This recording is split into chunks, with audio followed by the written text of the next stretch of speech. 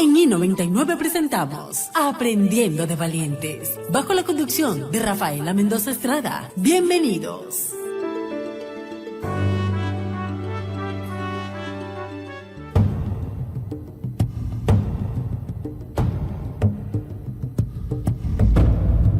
Muy buenas tardes a todos los oyentes de Aprendiendo de Valientes y de Radio I99. Hoy no es un programa cualquiera, hoy es un encuentro con la vida misma, con sus golpes, con sus silencios, con sus oportunidades y con esa fuerza invisible que solo tienen quienes han tenido que levantarse cuando nadie más podía hacerlo.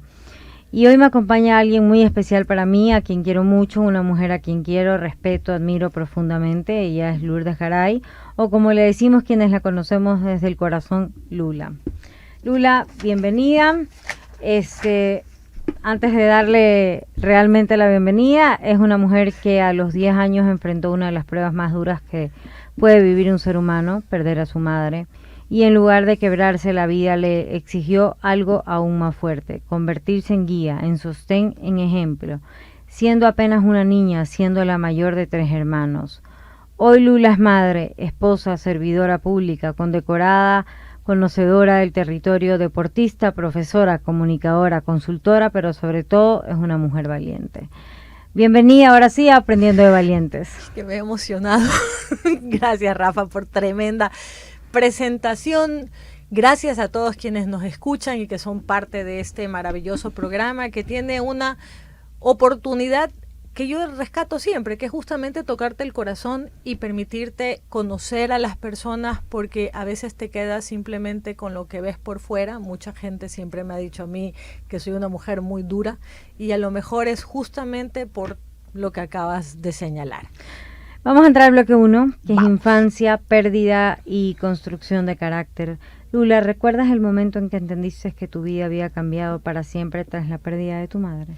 Hay un antecedente que pocas veces lo he contado. El hecho real es que mi mamá murió cuando yo tenía 10 años, pero realmente a mí lo que me cambia la vida es un día que yo regresaba de la escuela, tenía 8 años, casi 9, regresaba de la escuela y vi una maleta. Vivíamos aquí en Guayaquil, mi mamá era de Quito, su familia vivía en Quito, obviamente. Y un día yo llegaba de la escuela y vi una mochila con mi ropa, con mis cosas, y ese día mi mamá, mi papá me llevaron al aeropuerto y no me explicaron nada, simplemente me dijeron que me iba a pasar una temporada a la casa de una de mis tías y me fui, me extrajeron de mi casa y me fui. Nadie me explicó, nadie me contó qué es lo que sucedía, nadie me dijo nada y evidentemente pues ese día me convertí en una hija más de la familia de mi tía y de mi tío, a quienes siempre les voy a agradecer porque siempre me trataron como una más.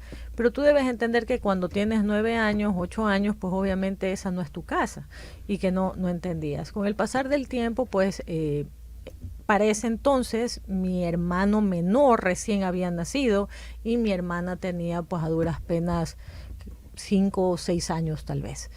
Y eso era parte de lo que mis padres habían convertido en una estrategia en que a mí me sacaron para que yo no pierda el año, para que obviamente gane el año. Inmediatamente ya había estado mi inserción escolar en el régimen de la sierra y pues obviamente inmediatamente entré a estudiar y como a los 8 meses, 9 meses tal vez, mi familia se mudó aquí. Entonces yo viví casi un año escolar, lo viví pues siendo hija de mis tíos, más que de mis papás. Y aquí sí la voy a interrumpir. ¿Qué Adelante. significa crecer de golpe, dejar de ser niña para convertirse en soporte emocional en una familia? Ahí viene el punto, ¿no?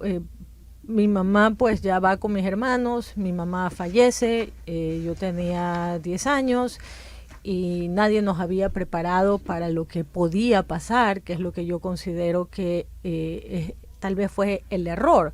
Ellos, no lo digo que lo hicieron de malos, lo hicieron tal vez para sobreprotegernos a mí y a mis hermanos, pero nunca hubo ese diálogo de hacerlo. Entonces fue como que la ausencia y la pérdida de mi mamá fue totalmente sorpresiva. De hecho, yo recuerdo que una de mis tías me decía, no, tu mamá ya regresa mañana, porque mi mamá estaba internada ya en la parte final de su enfermedad en una casa de salud. Y evidentemente un día simplemente me dijeron, ya tienes un angelito en el cielo y listo, ¿no? Entonces me acuerdo tanto que yo veía a mis hermanos menores, fue la primera vez además que vi llorar a mi padre, que para mí pues era mi montaña y mi razón de ser, porque además de ser un hombre muy grande físicamente, era un hombre que realmente es el más valiente que he conocido en mi vida, porque él en ese entonces tenía 60 años y se quedó con 3 hijos, una de 10, una de 7 y uno de 3. Entonces, ¿Quién te sostuvo a ti cuando tú tenías que sostener a otros? mi papá. Mi papá, debo reconocer que fue un hombre que fue padre y madre para mí. Recuerdo tanto que tal vez una de sus frases siempre fue, me dice, mira, bonita, tú ya naciste, ahora tienes que ser fuerte, tienes que prepararte, tienes que ser inteligente, más neurona, menos hormona, porque las mujeres tienen que aprender a ser valientes, tienen que ser guerreras, tienen que ser fuertes, y tal vez eso es lo que hace que yo tenga esa actitud ante la vida un poco diferente, y que si me caía y me raspaba las rodillas, pues yo misma me levantaba, me las sacudía y seguía adelante. Y es la herencia que he dado a mis hijos. Con la bendición de Dios tengo 3 varones a los cuales les he enseñado sin que pierdan la dulzura de su corazón, porque creo que es importante que los hombres conserven esa parte de generar y de decir, ¿no? Te amo, te quiero, me gustas. No deben de dejar de ser lo valiente, lo fuerte y lo que les corresponde como rol de sexo duro, por decirlo así, dentro de la sociedad. ¿Qué aprendió del dolor a una edad tan temprana? A ser valiente, por eso es que amo el nombre de tu programa.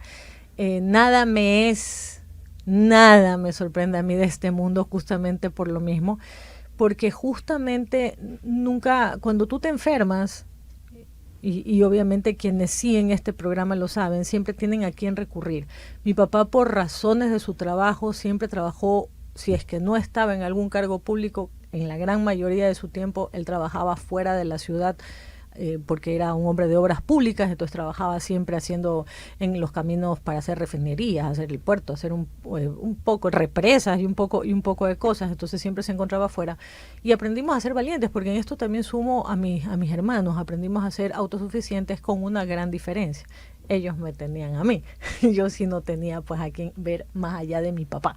Entonces pues es un tema en que sí me tocó desde los 12 años, porque en realidad fueron de 10 a 12, hubo una pequeña migración entre mis tías que se ayudaban entre sí con nosotros y ayudaban a mi papá, pero desde los 12 años yo manejo una casa, sé cuánto dura un litro de aceite, cuánto dura una libra de arroz, cuántas papas. Valiente.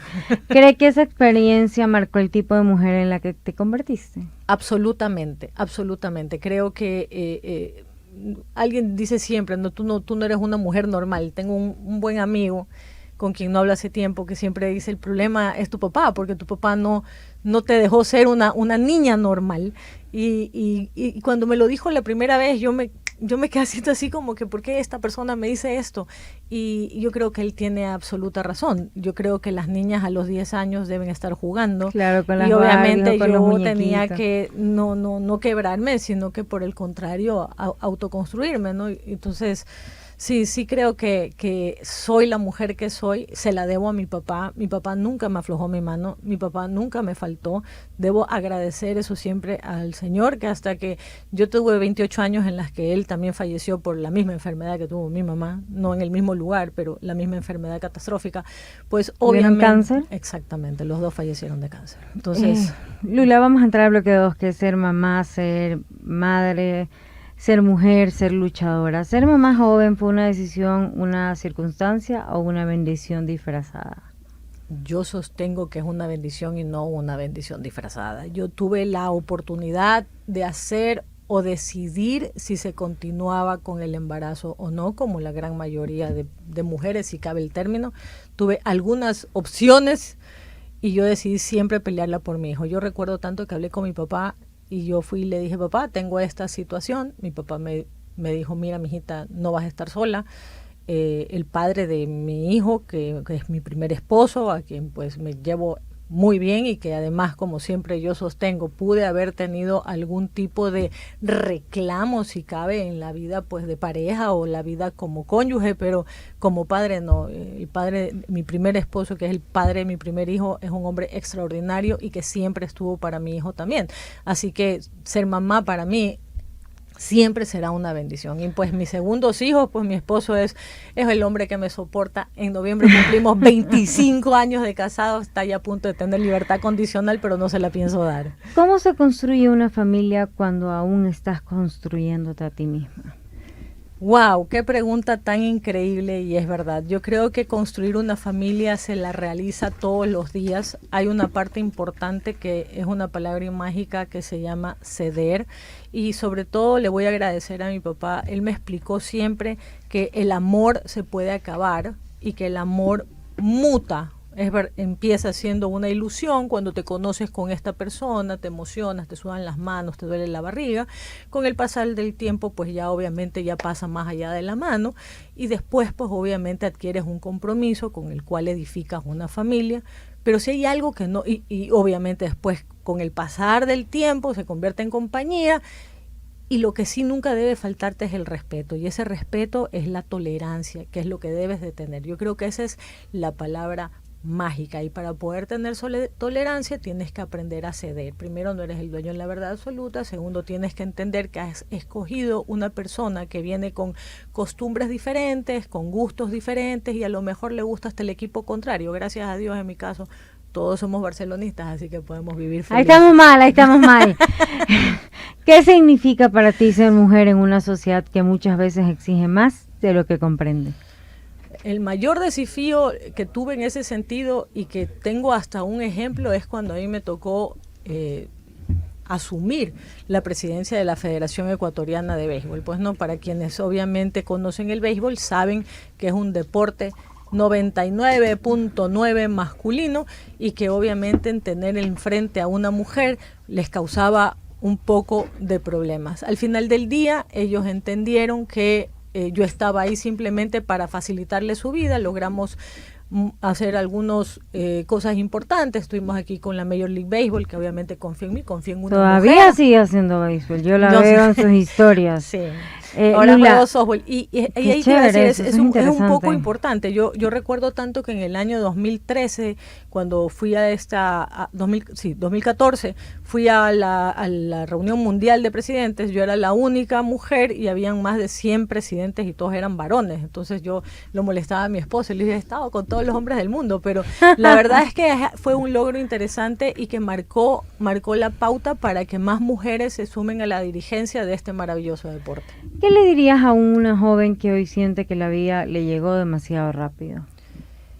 Primero, que respire. El respirar es demasiado importante en la vida, ¿no? Cuando tú sientas que algo te oprime el pecho y que no tienes esa sapiencia o la experiencia para salir adelante, tienes que respirar. Y una vez que respires, todo va a fluir. Soy una mujer creyente en Dios y sé que Dios me pone en el lugar y es el que siempre decide. A veces uno quiere las cosas y las cosas no salen, y ya a mis 50 años puedo decirte que a veces cuando las cosas no salen, también es la mano de Dios, sí, que está presente y que te dice, no, esto no salió porque no es para ti. Exacto. Y no te conviene. Así que si estás buscando un empleo y no te llaman, si quieres ganarte la lotería pero no has comprado el guachito, si buscas algo y no te sucede, créete, no es para ti en ese momento, y tienes que trabajar en ti, porque todo lo haces tú también. Tú tienes que forjarte tu propio destino. En ese sentido, mi suegra tiene una frase que es maravillosa, y es que cada uno es forjador de su destino. Dios te pone en la tierra, Él tiene como que el guión, pero realmente quien realiza las cosas y quien tiene la oportunidad de transformar la vida eres tú mismo. Y lo importante es que en el transformarte tu vida, transformes el de tu entorno. Lula, vamos a entrar en lo que trae servicio público y liderazgo con propósito. Has sido una servidora pública destacada y condecorada. ¿Qué significa servir de verdad?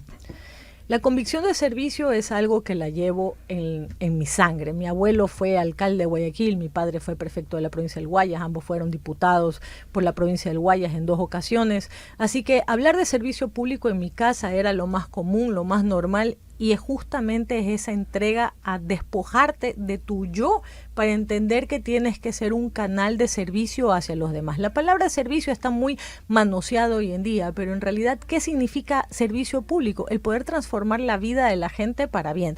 Si tú estás en un espacio de poder y tienes la facultad de que alguna persona necesita de algo que tú lo puedas solucionar, pues evidentemente esa es la oportunidad y no existe, créanme, mayor satisfacción que el deber cumplido, el saber que gracias a tu trabajo simplemente esa persona ganó hasta minutos en el día. Muchas veces yo tuve la oportunidad de trabajar en varias direcciones municipales en el municipio de Guayaquil, y muchas veces el simple hecho de que alguien se acercaba a pedir información y orientarlo adecuadamente ya era un win, ya era un ganar. Y yo creo que eso es la mística que se necesita. Se necesita tener alma de convicción, alma de servicio público. ¿Qué diferencia hay entre ocupar un cargo y tener vocación de servicio?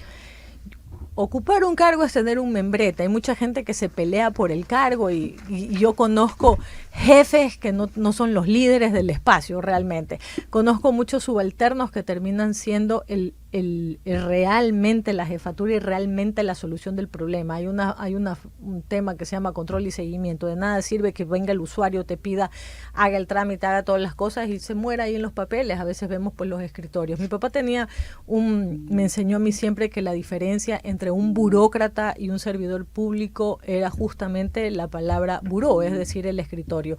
Y eso, cuando ahora esa manoseada frase de que estamos en territorio, no se llama, o sea, eso me hace bastante ruido a mí. Se llama, estoy compartiendo con la gente, estoy escuchando a la gente, no estoy hablándole a la gente, no. El servidor público tiene que aprender a escuchar.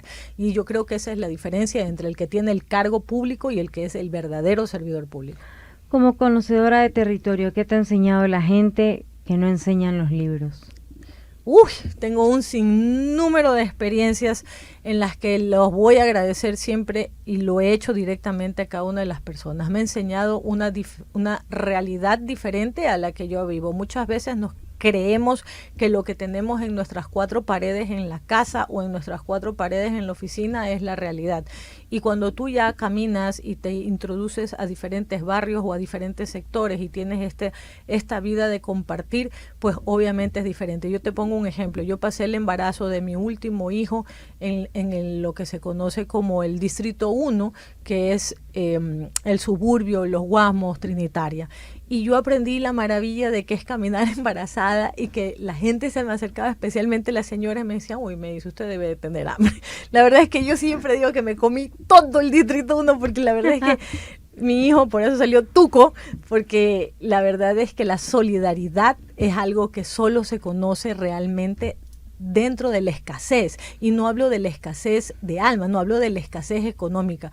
La solidaridad que existe en los barrios yo quisiera que exista en todos lados, porque es el hecho de que he visto muchas mujeres que dicen yo tengo arroz, yo tengo los huevos, yo tengo el aceite, y juntas se unen a cocinar y dan de comer a la manzana completa, personas, ¿no? Entonces esa es una de las cosas: humildad, solidaridad, empatía, voluntariado, porque se turnan entre ellas. Yo te cuido los hijos los lunes, tú los cuidas los martes, y la verdad que deberíamos regresar a ver a los barrios y saber que desde ahí es donde realmente se edifican las ciudades. ¿Cuál ha sido el momento más difícil que te ha tocado enfrentar en tu carrera pública? Cuando uno se ve en que por ser mujer no tienes las oportunidades que ves que los demás lo tienen. Yo creo que no hay un distingo entre hombres y mujeres.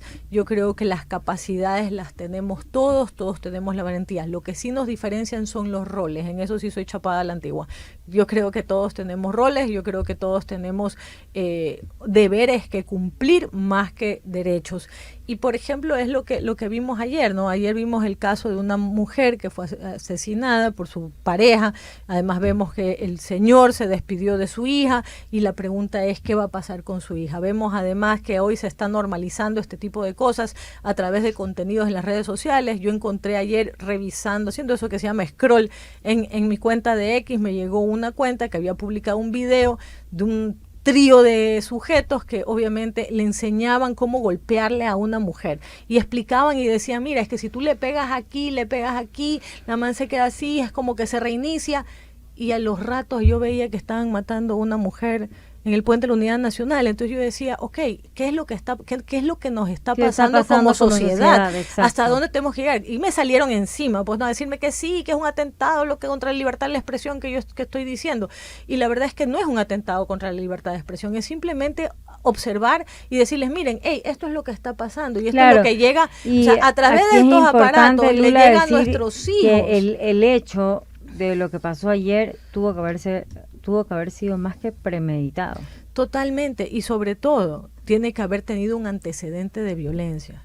O sea, la gente tiene que entender que la violencia es como una escalada, es como una avalancha. Y muchas veces el hecho de simplemente que te empujen o que te alcen la voz, o sea, a manera de gritar y que te falten el respeto, pues obviamente ahí está. Eso sí, siempre recalco, porque además soy formadora de 3 varones que son mis hijos y que tienen 10 años cada una de diferencia, siempre recalco que el respeto es de 2 vías, porque si también las mujeres se exponen, pues obviamente te van a responder. Así que el respeto es de 2 vías, sí, pero tampoco podemos normalizar que en las redes sociales se diga cómo golpearle a una mujer, sobre todo cuando vemos que habían asesinado a una mujer también en la mañana. Vamos a entrar al bloque 4. Eres profesora, comunicadora, consultora. ¿Cómo logras equilibrar tantas versiones de ti misma?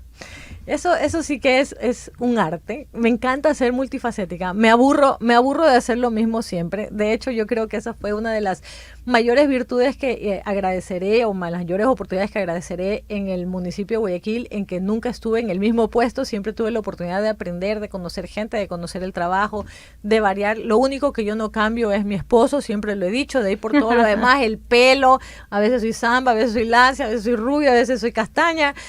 No sé, me encanta tenerlo, pero sobre todo hacerlo bien, porque yo creo que además uno tiene que asumir los compromisos que puede cumplir. Entonces, si yo decido ser deportista, pues y me meto a un torneo, es porque voy a ir a los entrenamientos y voy a concluir el torneo y ojalá pues lleguemos a un campeonato. Hablando de entrenamientos, el deporte como el béisbol, ¿qué rol ha jugado en tu vida emocional y mental?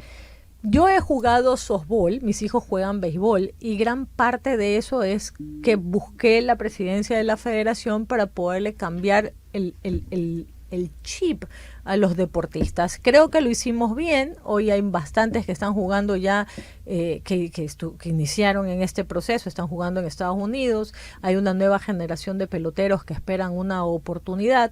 Veo que hay una nueva dirigencia en la Federación de Béisbol. Les deseo el mejor de los éxitos y que por favor trabajen también por los que ya están, por los jóvenes y que les permitan tener una oportunidad. El béisbol es el deporte más increíble y el mejor del mundo para mí. ¿Por qué? Porque no solo tienes que estar pensando, sino que tienes que estar en constante movimiento. Así que si tienes un hijo, mándalo a jugar béisbol. Si tienes una hija, también, porque termina en el softball. ¿Qué te enseña el deporte sobre la disciplina y la resiliencia? Me enseña a que nunca está todo perdido. Porque hasta cuando los resultados no son favorables, pues obviamente tienes que seguir adelante y tienes que mejorar y analizar qué es lo que pasó.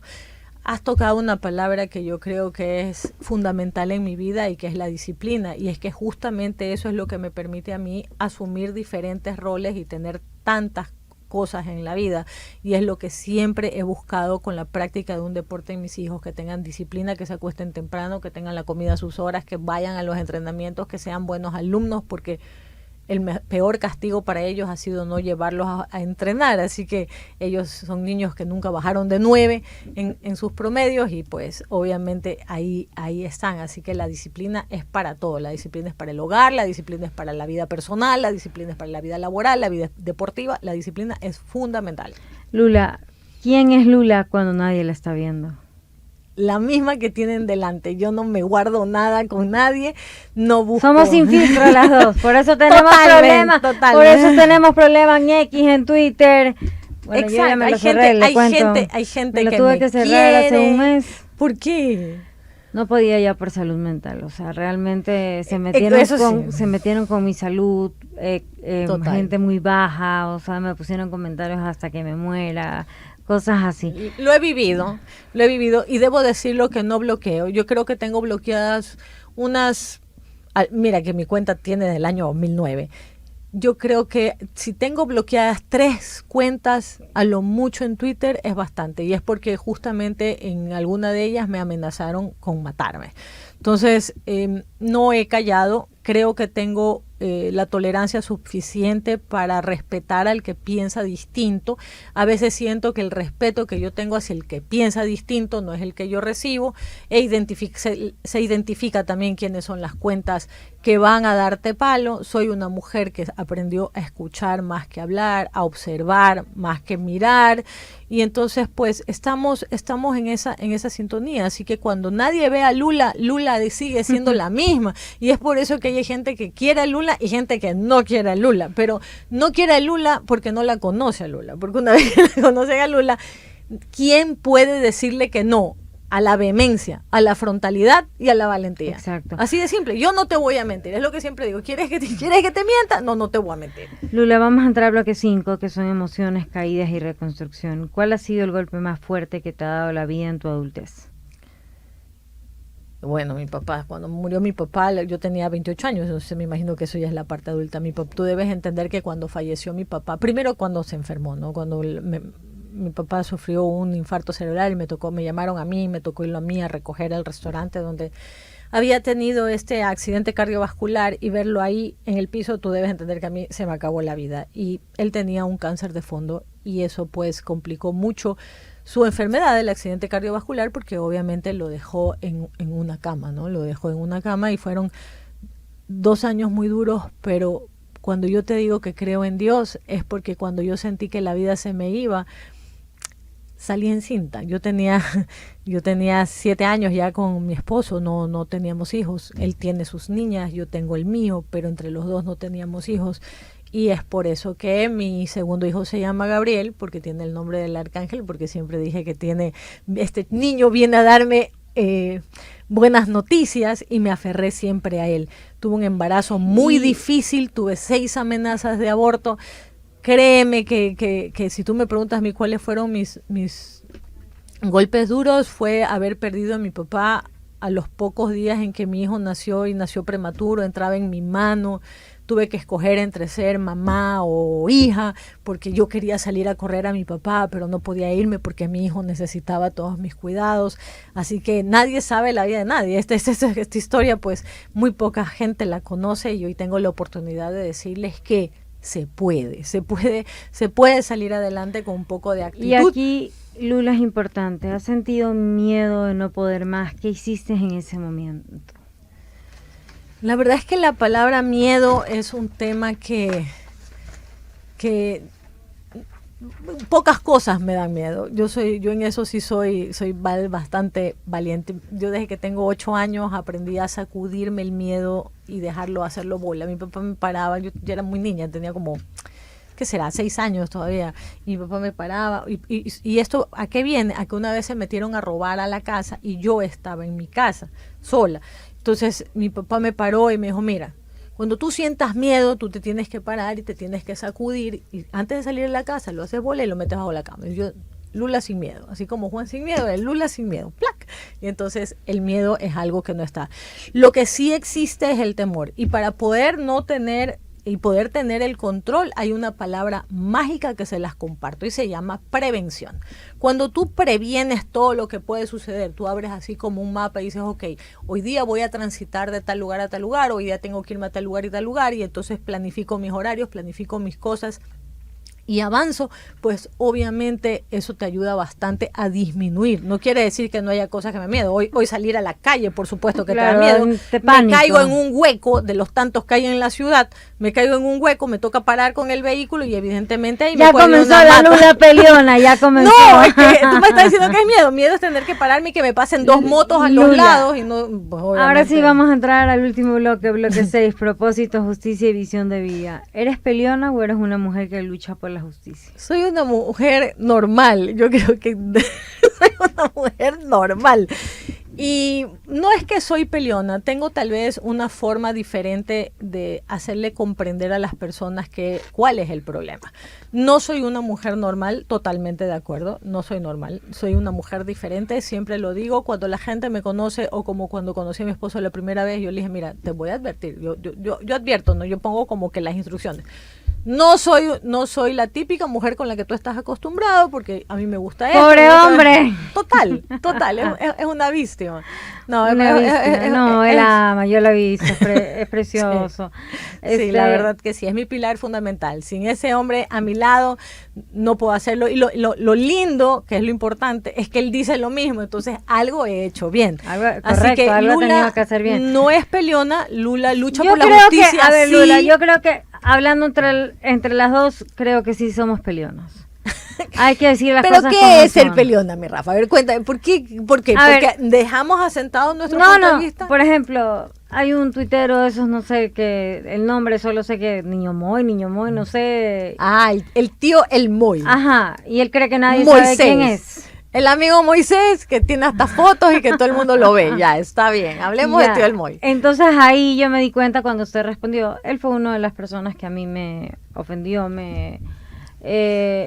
no solamente eso, yo creo que somos, no puedo decir tampoco peleonas, somos muy frontales. Y eso es algo que no le gusta a la gente. Lula, ¿qué te duele hoy de Guayaquil y qué te llena de esperanza? Ay, sí. Tráiganme los pañuelos, por favor. ¿Qué me duele de Guayaquil? Verla en la situación en la que está. Guayaquil era una ciudad que no estaba tan gris. Hoy Guayaquil está gris, hoy Guayaquil está sucia. Y yo siento que es por ignorancia, en el sentido de que obviamente ignoran lo que tienen que hacer, por un tema de corrupción, como evidentemente lo estamos viendo, pero sobre todo por un profundo desconexión con la ciudad. Ejemplo, tienes en Urdesa abiertas todas las calles al mismo tiempo, pero no han coordinado con la Dirección de Aseo Cantonal a que vaya a limpiar. Entonces, ¿qué sucede? La gente que vive en los entornos tiene polvo, los vehículos tienen huecos, las piedras saltan y te rompen el parabrisas, pero sobre todo no tienes a quién reclamarle porque no hay una autoridad. Entonces, ¿qué es lo que me duele Guayaquil? Me duele la cefalía en la que está viviendo. Nos acostumbramos a tener un Guayaquil que resuelve. Me llena de esperanza que se acercan las elecciones y que ojalá quien tenga la oportunidad de sentarse en el sillón de Olmedo no solo vaya a tomarse las fotos y no solo vaya al cargo, sino que vaya efectivamente a solucionar los problemas que tiene la ciudad. Esto es cuestión de rodearse de gente, porque yo le decía en una entrevista a Carlos Vera, no es cuestión de que tú seas el administrador, o sea, yo no tengo que ser el ingeniero de obras públicas, yo no tengo que ser el especialista en aseo cantonal, yo no tengo que ser el especialista en áreas verdes, no, pero yo sí tengo que ser quien reúna el mejor equipo, donde sí haya un especialista en obras públicas, un especialista en áreas verdes, un especialista en aseo cantonal, y así con todas las direcciones que se les puedo enumerar. Hay que sanear el tema financiero, pero sobre todo hay que tener gestión, porque aquí lo fácil es quejarse y decir, ay, es que no me dan plata, ay, es que no me dejan contratar. O que la ley del COTAD. Y la ley del COTAD. Entonces, mira, eso no funciona así. Aquí lo que se tiene que tener son indicadores de gestión, porque la gestión implica salir de donde tú estás y golpear la puerta y decir, hey, yo necesito esto para mi ciudad, porque uno debe entender. Y en Lula, eso, dime. yo sí tengo una pregunta aquí. ¿Sientes que has cumplido tus sueños o estás apenas comenzando? Yo sueño todos los días, mi querida Rafa, y me planteo cada día más desafíos más fuertes y más enormes, porque creo yo que de eso es lo que se trata. Hay que hacerse también metas a corto plazo para efectos de no generar frustraciones, que son las que te permitan. Por ejemplo, yo quisiera tener pues mi cuerpo de los 20 años, pues evidentemente eso no puede pasar, pero yo sí dije, ok, a los 50 años voy a ser una mujer de apariencia saludable, y entonces pues aquí me encuentro con mis arrugas, pero templadita. ¿Qué legado te gustaría dejar en tus hijos y en la sociedad? Que sean lo que siempre les digo, los mejores hombres del mundo, que hagan feliz a la pareja que tengan, que sean padres extraordinarios como lo han sido sus padres y como lo fue su abuelo conmigo, que sean sobre todo felices, porque esa es la meta del individuo. Yo aprendí siempre que la finalidad del ser humano día a día tiene que ser feliz. Si te hace feliz comerte un chocolate, cómetelo. Si pudieras hablar con esa niña de 10 años que perdiste a tu mamá, ¿qué le dirías hoy? Todo va a estar bien. Lula, hoy hemos escuchado una historia que no se cuenta en cifras ni en titulares, se cuenta en cicatrices, en decisiones difíciles, en noches silenciosas y en esa capacidad infinita de volver a levantarse. La vida es frágil, sí, pero dentro de esa fragilidad hay mujeres que construyen fuerza, propósito y esperanza. Lula no solo ha vivido, ha resistido, ha construido y ha inspirado, y hoy nos recuerda algo fundamental. Madre, me llora. Va a llorar, no llore. Puede llorar, aquí han llorado algunas. Eso sí, Que lágrima fácil. Sí, soy lágrima fácil. Aquí que no ser una mujer, mujer cualquier tibarraca no es llora. una condición, No. es un acto permanente de valentía. Gracias, Lula, por abrir tu corazón y recordarnos que incluso en los momentos más duros siempre hay una razón para seguir. Gracias a ustedes, queridos oyentes de Radio I99, y a quienes nos acompañan a través de nuestro canal de YouTube, por estar con nosotros una vez más. Y esto fue Aprendiendo de Valientes, un programa que visibiliza las realidades que importan en nuestra sociedad. Recuerda que ser valiente es levantarse, incluso cuando la vida te ha enseñado lo frágil que puede ser. Gracias y muy buenas tardes. Gracias a todos quienes han tenido la oportunidad de escucharnos. Gracias, mi Rafa, por la invitación para que puedan conocer una Lula más allá de lo que leen en Twitter, esa lagarta guerrillera, como le dicen algunos, que es capaz de degollar. Sí, pero con la misma mano que puedo llegar a degollar, puedo llegarte a abrazar y decirte que te quiero mucho. No olvides que hoy puede ser el mejor día de tu vida, especialmente si lo cambias para ti, pero sobre todo a quienes viven y contigo. En I99 hemos presentado Aprendiendo de Valientes, bajo la conducción de Rafaela Mendoza Estrada. Hasta la próxima. Hacemos un corte y enseguida regresamos. Inicio de espacio publicitario.